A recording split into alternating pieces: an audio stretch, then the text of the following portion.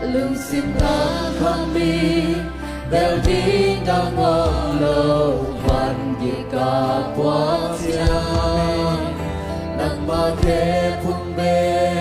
Katol Namna Nagkut Koro Kongi Lung El Kakui Nam Hebe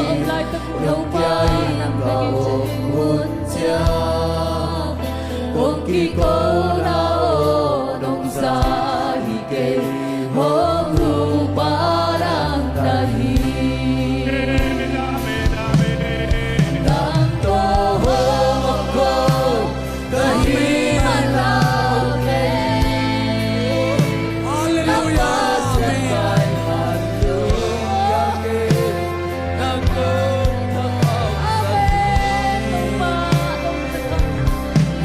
Kita korui karina gumberando kohjani tau parang siai ma elum hallelujah lung sitam kami beldi dangom lo van dika puatia Nama kebe, nama kebe kato nam nau tau pa. Nakuto nam pong hi, lung neo kaguri, lang bebein, lung kiain ka o kutia. Kong kiko na o nung sa higay, hong kubarang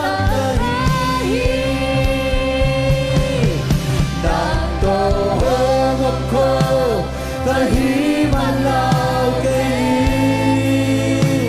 Napasyan kay Manlung Kyake Nang Kong Nakaw Bika Kongui Kaling Nagutang Lakto Kohan Kya Inhi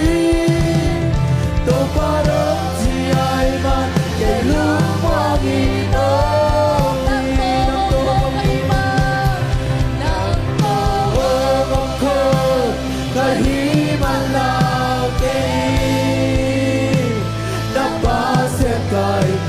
Lung Kyake Nang Kong Thakao Sakti